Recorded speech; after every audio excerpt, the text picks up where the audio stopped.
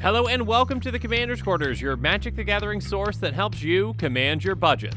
This show and episodes like this one are possible thanks to viewers like you. If you're looking for an easy way to help support this show, make sure that you like, share, and subscribe. Also, hit that bell notification icon so you don't miss any new episodes. You can also go check out our playmats and other merchandise at thecommandersquarters.com. Another easy way to support this show is with our TCG player affiliate links. So whether you're buying a deck or individual cards, you can use this general link right here or one in the description. And the final way that you can support this show is by supporting us directly by becoming a patron. There are many benefits to being a patron, and I truly couldn't do this without all their support.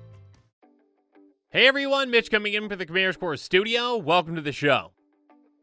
So Kaldheim spoilers continue on today, and we get more and more exciting things. This morning we got Redain, God of Justice, and you can check out my take on her to see if she's actually the answer to Stop Snowlands. Or you can check out my most recent episode, which was only made possible thanks to you amazing people from the Commander community. Basically, I could not figure out the last piece that I needed to break Narfi Betrayer King, and you all found a ton of solutions for me. So thank you so much for that, and before this episode starts, as usual, a quick spoiler warning. This episode's about an exciting Kaldheim spoiler, but if you're not here to see spoilers, then maybe go check out another episode. Maybe that one where I play against the Spike Feeders with my upgraded Teysa deck. The Spike Feeders are fantastic, so if you haven't checked their channel out, make sure you do. But with all that said, let's jump into it. So the most recent exciting spoiler from Kaldheim that I want to talk about is In Search of Greatness. A real quick note, this is just a mock-up because the translated version has not been shown yet. Anyways, In Search of Greatness is an enchantment that costs green and it's got a lot of text, so here we go.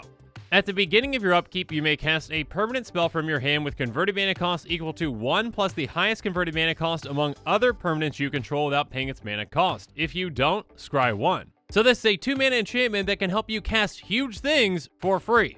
Now, of course, you just can't cast whatever you want. You've got to meet a certain requirement. And again, that requirement is basically this. The converted mana cost of the permanent in your hand that you can cheat out has to be exactly 1 higher than the highest converted mana cost of any permanent that you control. I guess excluding In Search of Greatness because it says other permanents you control. So let's say that your highest CMC on the field is 5. You can cast a permanent from your hand for free if its converted mana cost is 6. Then next turn, if that 6 CMC permanent is your highest, you can cast something for 7, and so on and so forth. But in a similar scenario, let's say that you have a converted mana cost 5 permanent on the field, but you don't have any spells that cost 6 that are permanents in your hand. So you basically whiff on being able to cast something for free, but you still get a benefit out of this. Because at the end of this, again, it says if you don't, scry 1. So this either can help you cheat out bigger and bigger permanents each turn, or it's going to at least scry 1 for you. Obviously, casting something for free is going to be better than scrying 1, but scrying 1 is still valuable, especially if you're trying to dig for something bigger that you can cheat out. First up though, let's talk about some similar cards to this one. Now this card is actually really unique, and although there's no direct comparison, the first one that came to mind for me was Aether Vial. It has at the beginning of your upkeep, you may put a charge counter on Aether Vial, and then tap, you may put a creature card with converted mana cost equal to the number of charge counters on Aether Vial from your hand onto the battlefield. So this lets you cheat in things, specifically creatures, but you can control the amount of charge counters that are going onto it. So if you want to keep it at a certain amount, you can. Whereas with In Search of Greatness, you're dependent on what's on your field. The other card this reminded me of was Lifecrafter's Bestiary. It has at the beginning of your upkeep, scry 1, and whenever you cast a creature spell, you may pay green. If you do, draw a card. So this can help with card draw, but obviously the comparison is that scry 1. Again, scrying might not be card advantage, but it is card selection, and it can really help out in a lot of decks. But speaking of ways to help out, let's talk about some ways that we can kind of cheat the system a little bit. Now, typically with this enchantment, you're going to be working to get incremental value each turn. Basically, on one turn, you get a permanent out that costs 1 higher than your highest one. The next turn, you get something that's 1 higher than that, and so on and so forth. But there can be certain decks and scenarios where we can really get the most out of this card. For example, a creature like Mirror Enforcer has a converted mana cost of 7, but in an artifacts deck, we're never going to be paying 7 for it. It has affinity for artifacts, so you can even just pay 0 for this at times. Then for our next upkeep, we can cheat in something with 8 mana, even though we might not have anywhere near 8 mana. Another one of these deceptively high CMC creatures is Scornful Egotist. This one might cost 8 mana, but we can morph it for just 1. At 9 mana, there's the Great Henge, which is going to cost us X less to cast, where X is the greatest power among creatures we control. So there are times when we can cast this for just 2 mana. Or at 10 mana, we've got Ancient Stone Idol. This one costs 1 less to cast for each attacking creature, so that could be our own or our opponent's. Or even at 11 mana, we've got Primeval Protector, which is usually just going to cost us a green. It costs us 1 less to cast for each creature our opponents control, and typically in a game of Commander, they're going to have plenty of creatures. Now again, by getting out these deceptively high CMC creatures, we can cheat on actual powerful creatures. With the right scenario, we can get things out really quickly and really take over the game. So again, let's go up the chain and talk about some creatures with really high CMCs that can absolutely dominate the game. So at 9 mana, how about Artisan of Kozilek and Void Winnower? And remember, with In Search of Greatness, we actually cast the permanent from our hand. So we get the cast trigger from something like Artisan of Kozilek. It's a 10/9 with Annihilator 2, and it says when you cast this spell, you may return target creature card from your graveyard to the battlefield. So on top of getting this beast of a creature, we also get to reanimate something. And then Void Winnower, well, it's just all kinds of mean. It's an 11/9, and it says your opponents can't cast spells with even converted mana cost, and your opponents can't block with creatures with even converted mana cost. So this can throw a wrench into or shut down a lot of our opponent's plans. But how about some permanents at 10 CMC like Kozilek Butcher of Truth, or the other Kozilek, the Great Distortion, or how about Omniscience? And like the Artisan, both Kozileks have cast triggers. Butcher of Truth is going to draw us 4 cards, and the Great Distortion can draw us up to 7. And then Omniscience, well, it just lets us cast all of our spells from our hand for free.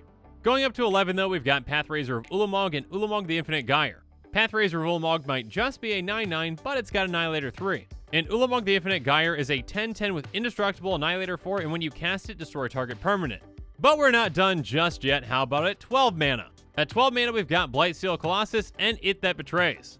Blightsteel Colossus is an 11/11 with Trample, Infect, and Indestructible. And It That Betrays is an 11/11 with Annihilator 2, and whenever an opponent sacrifices a non-token permanent, put that card onto the battlefield under your control. And always remember that It That Betrays is the original, and Turgid, God of Salt, is just an imitator. That's right, Turgid, I'm throwing shade. And of course, at 13 mana, there's the lovely Emrakul the Promised End.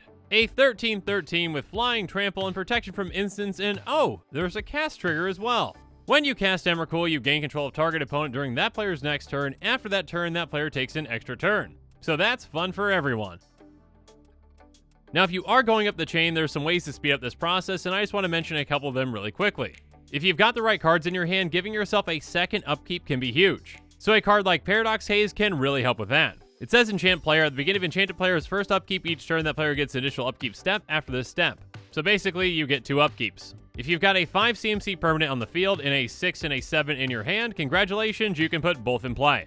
A similar effect to this comes from Sphinx of the Second Sun.